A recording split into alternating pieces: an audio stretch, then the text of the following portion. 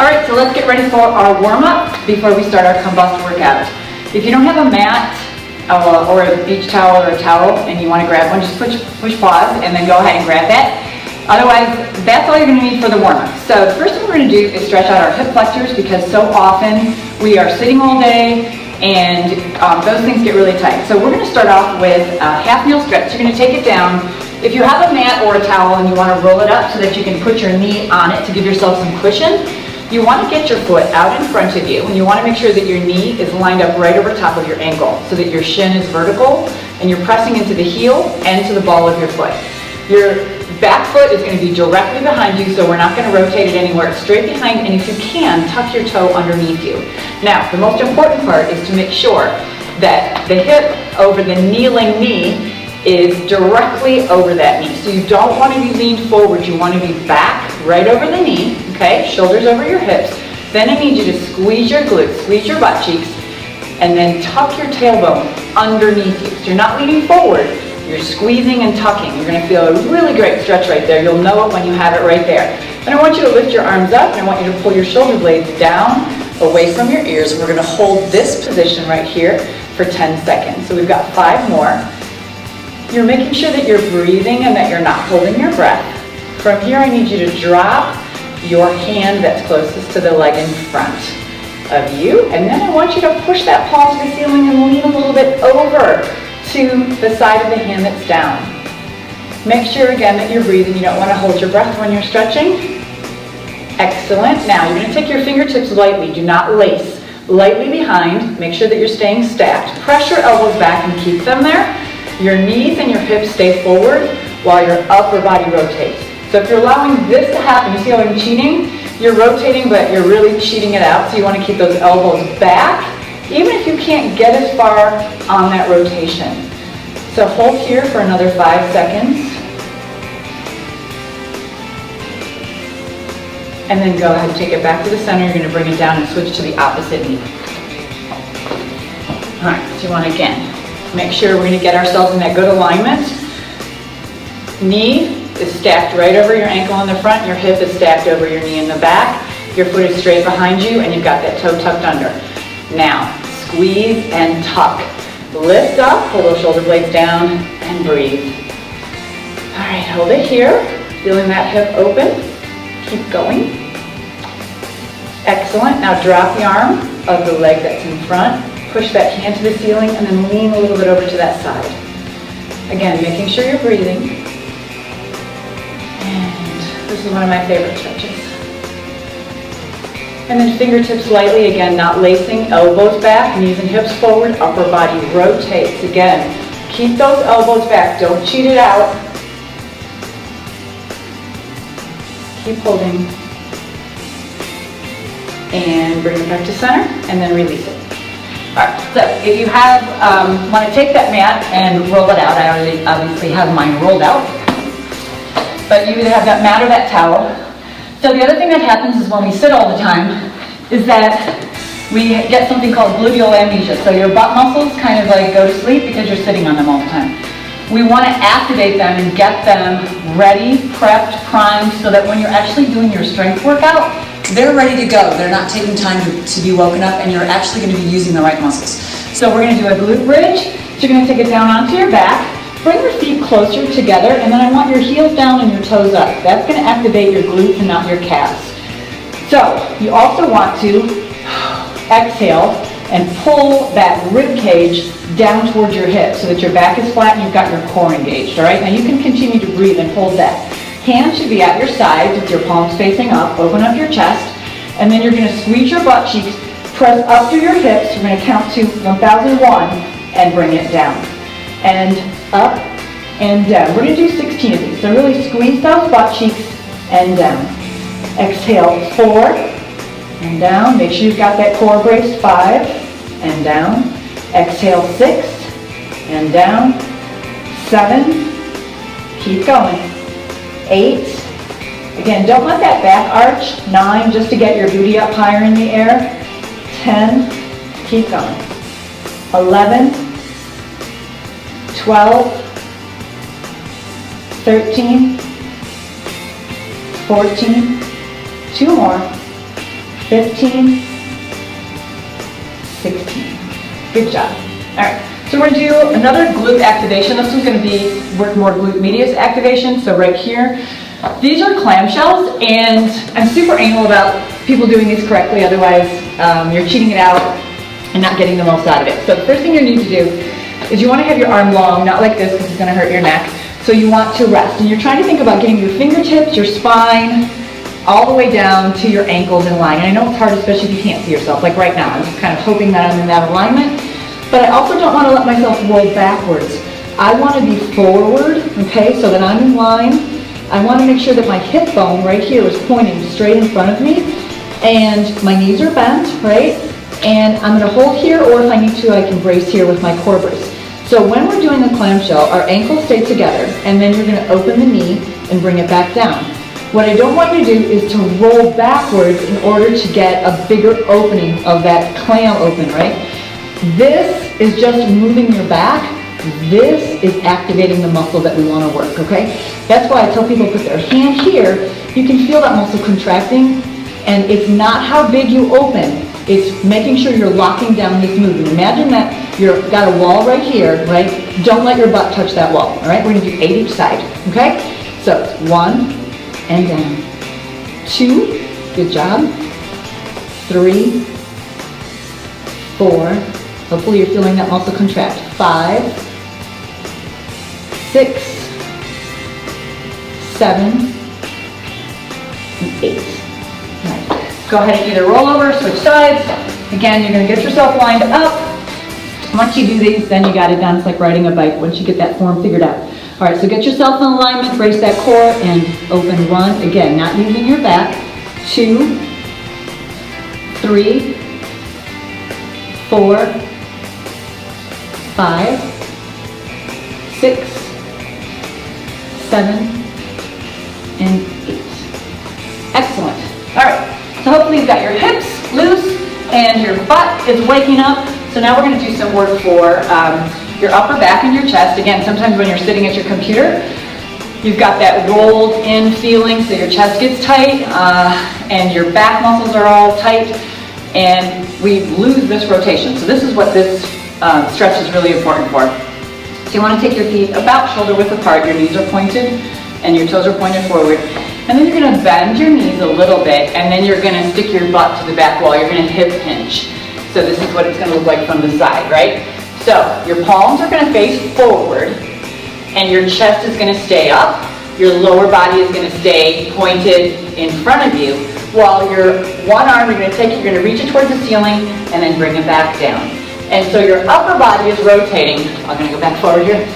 And your lower body is staying in the same spot. So it's 4, 5, we're going to do 16 of these. 6,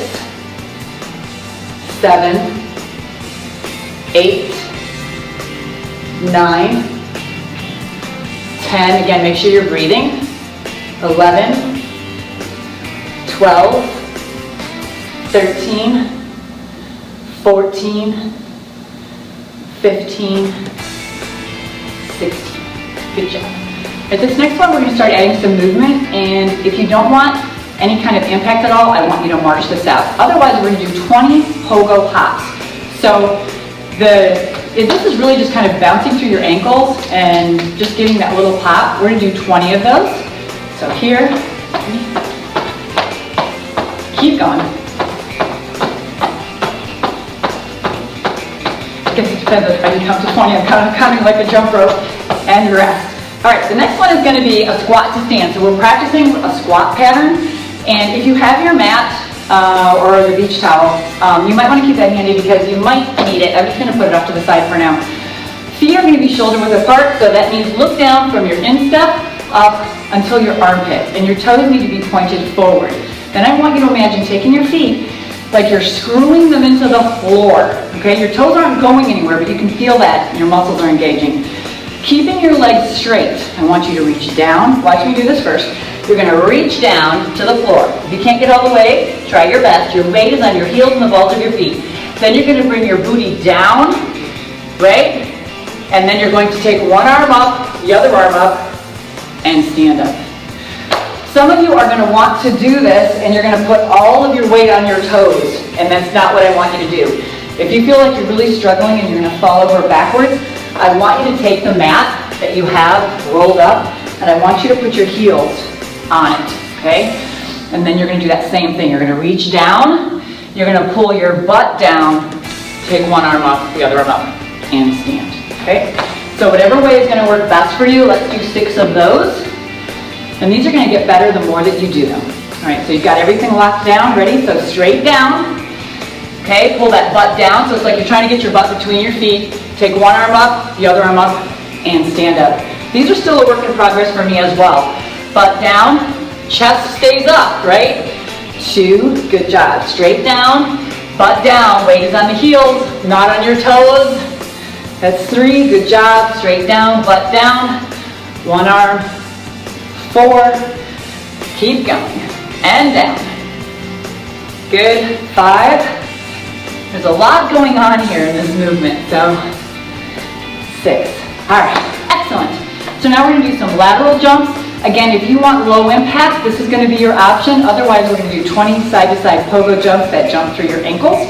So over and back, 3, 4, 5, 6, 7, 8, 9, 10, 12, 13, 14, 15, 16, 17, 18, 19, 20. Excellent. Taking your legs wide, we're going to do an adductor active stretch. So making sure your toes point forward. Look down, because I know sometimes I think mine are, and they're going off to the corner. So wider, the better. This is going to be a bend from your hip and one knee, keeping your chest up. So you're going to push your butt to the back wall and stand up. Now the other side. 2, we're going to do 10 of these. 3, avoiding bending from your back like this. 4, keeping your chest up, but bending from the hip. Keep going. 7, 8, 9, and 10. All right, bringing it back together. I'm going to get my mat out of the way. My mat's out of the way, actually. And we're going to do some dynamic stretching patterns. If you have room to move around your house, go ahead and do it. If not, being stationary is just fine.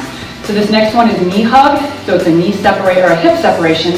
So you're going to grab that knee, pull it to your chest in a 2-step process. So it's grab low, pull high, as opposed to here. I can get my knee here, but it feels completely different when I grab low and then pull it into my chest. All right, so we're going to do 14 of these.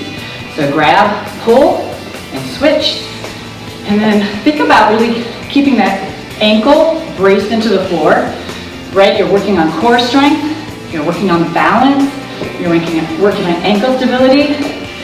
Keep going. That's it, give it a good tug. Opening up the hips is really our main goal here. Good, kind of lost count. So let's do 4 more. 1, 2, 3, and 4. Good job. Next one is walking quad stretch. So again, if you have room to move around, that's fine. Otherwise, feel free to be stationary. You're going to reach back, grab your foot, pull your heel to your butt, and then switch. So now you're opening up some more in the hips, also working on the quads. Okay. If you cannot grab that foot yet, grab your sock or your pant leg, or just reach back and fake it till you make it. I know for me, I had partial knee replacement surgery on both of my knees. It'll be 4 years in June, so I'm just happy that I can. It took me a long time to get this back, so just keep working on it, okay? Just keep working on that flexibility. Good. Good, let's do 2 more. And then 1 more. Excellent. All right, this next active stretch is for your hamstrings, and you're also going to be activating them at the same time.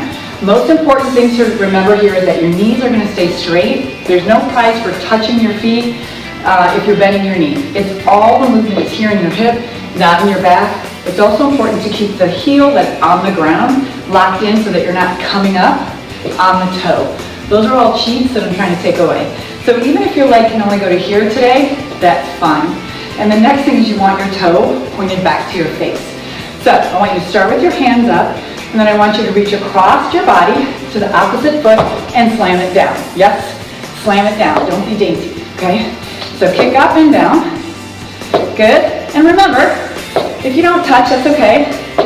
I happen to have good hamstring flexibility, so, but a lot of people do not, so that's totally okay, that's what you're working on. But if you're cheating it out, you're not really working on it. If this feels confusing to you, you can also do it this way, right? Do whatever works best.